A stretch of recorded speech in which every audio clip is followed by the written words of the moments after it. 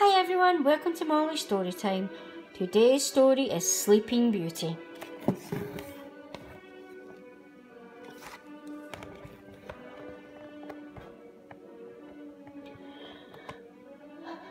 Long ago, in a faraway land, King Stephen and his queen held a feast to celebrate the birth of their daughter Aurora. King Hubert and his young son Philip came from a neighbouring kingdom to attend the feast. The two kings made plans for Philip and Aurora to marry on the princess's 16th birthday. Also at the celebrations were the princess's three fairy godmothers, Flora, Fauna and Merryweather. Each of them had a special gift for the princess. First, Flora waved her magic wand over the baby's cradle and said, "I give you the gift of beauty." Then Fauna waved her wand and said, "I give you the gift of song." Finally, Merryweather fluttered over the cradle. She raised her wand to grant the third gift when... Suddenly, there was a crack of lightning. Maleficent, the wicked fairy, stormed in. She was furious that she had not been invited to the celebrations. Stroking her pet raven, Maleficent glared at the baby princess. "I also have a gift for you," she hissed. "Before the sun sets on your 16th birthday, you will prick your finger on the spindle of a spinning wheel and die." Maleficent threw back her head and laughed wickedly. Then she disappeared in a cloud of purple smoke. Merryweather gave a gentle cough. "I still have my gift for the princess," she reminded the horrified king and queen. She went over to the cradle and whispered, "When the spindle pricks your finger, you will not die. Instead, you will fall into a deep enchanted sleep. From this slumber you shall wake. When true love's kiss the spell shall break."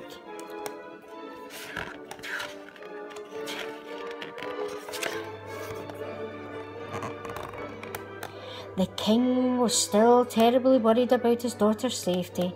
He ordered every spinning wheel in the kingdom to be burned. Then he and the queen sadly agreed to the fairies' godmother's plan. They took Aurora far away to a place where Maleficent wouldn't be able to find her until her 16th birthday had passed. Flora, Fauna and Merryweather renamed the princess Briar Rose. They moved into a little cottage in the woods. There the fairies put away their magic wands and disguised themselves as simple peasant women. As the years passed, Maleficent kept searching for the princess, but she never found her. As the princess's 16th birthday drew nearer, Maleficent sent her trusted pet raven to try and find her. It was Maleficent's last chance. The morning of Briar Rose's birthday finally arrived. The three fairies sent her to collect berries in the woods, while they prepared some birthday surprises. After gathering the berries, Briar Rose rested in a woodland glade. She sang about falling in love with a handsome prince. Her woodland friends found a cloak, a hat and a pair of boots that had been left in the forest. They dressed up as a make-believe prince. Briar Rose joined in their game, dancing and singing with them. The clothes belonged to Prince Phillip, who after a long ride was resting in the woods with his horse. Philip was enchanted by the beautiful singing coming through the trees and went to see who it was. The moment they met, Briar Rose and the handsome stranger fell in love. They felt sure that they had met somewhere before. When it was time for Briar Rose to leave, they arranged to meet that evening at the cottage in the woods. Meanwhile, the three fairies set about making their birthday surprises. But before long they were in a terrible muddle. Fauna had baked a birthday cake, but the mixture was too runny and the cake was lopsided. Flora and Merryweather had a special gown for Briar Rose, but it was an awfully funny shape. "It's no use," said Merryweather. "We need to use magic to sort this out. I'll fetch the wands."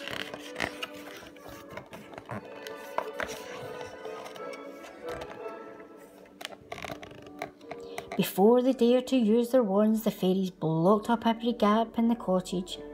They had to stop any magic dust from escaping and alerting Maleficent to their hideaway.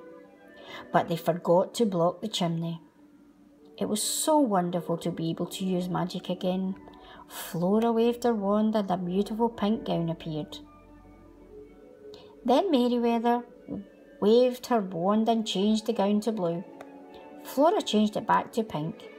All the time the magic dust was escaping from the chimney. Maleficent's raven was searching nearby. He saw the magic dust and decided to fly down and investigate. When Briar Rose returned to the cottage, she thanked her fairy godmothers for the beautiful new gown and the delicious cake. "This is the happiest day of my life," she said. Then she told them about the handsome stranger she had met in the woods. He planned to visit her at the cottage that very evening. "It's time we told Briar Rose the truth," said Fauna. So Briar Rose learned that she was really a princess and would soon have to marry Prince Philip. "Today you must return to the palace and start your new life," said Flora. Up on the chimney, Maleficent's raven was smiling. Briar Rose was heartbroken. She didn't want to marry a prince. She had fallen in love with a handsome stranger she had met in the woods. By now the raven had heard enough. He flew off to tell his mistress that the search for the Princess Aurora was over.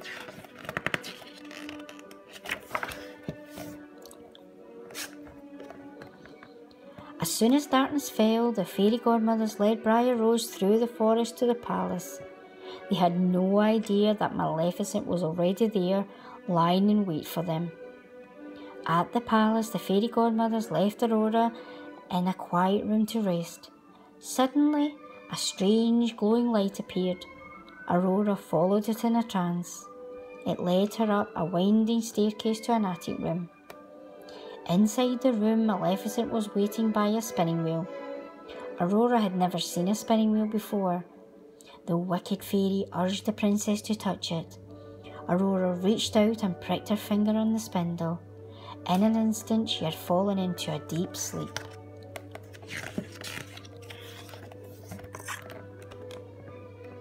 Before long, the fairy godmothers found Aurora lying by the spinning wheel. They quickly cast a sleeping spell over the entire palace. Luckily, the fairies had discovered that Prince Philip was a stranger with whom Briar Rose had fallen in love. Only his kiss could wake her. So while everyone was asleep, the fairies thought of a plan. They would return to the cottage, find Philip and bring him back to the palace. But they were too late. Maleficent and her soldiers had already found the prince, waiting at the cottage, and captured him.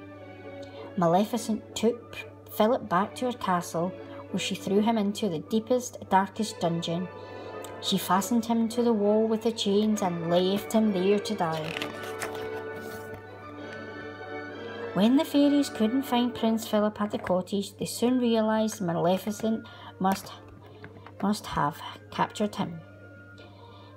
They quickly made their way to the castle. As soon as it was safe, the fairies magically appeared in the dungeon and freed the prince. They waved their wand and armed him with a magic shield of virtue and a gleaming sword of truth. Then the prince jumped on his horse and galloped off to King Stephen's palace to rescue Princess Aurora. When Maleficent discovered that the prince had escaped, she roared with rage. She cast a spell that surrounded the palace with a forest of thorns. But Philip was able to cut his way through with his magic sword. Suddenly, a huge and terrible black dragon appeared. The dragon laughed wickedly. It was Maleficent. Prince Philip held up his magic shield so that the scorching flames could not harm him. The battle had begun. The dragon soared into the air and swooped down towards Prince Philip. The prince hurled his magic sword at the dragon's chest. The beast crashed to the ground. Maleficent was dead. Prince Philip raced towards the palace. He quickly found the room where the sleeping beauty lay. As he gently kissed her, she opened her eyes. The spell was broken. The fairy godmother's spell was broken too. All around the palace, people began to wake from their enchanted sleep. The king and queen were delighted to have their beloved daughter back again. That evening, a magnificent ball was held to celebrate the wedding of Prince Philip and Aurora. The princess was dressed in a beautiful blue gown, but Flora couldn't resist turning the blue gown back to pink. Then Merryweather turned it back to blue, and so it went on, pink, blue, pink. The princess danced happily in the arms of her prince, while the proud fathers looked on. A dream come true. The prince and princess lived happily ever after.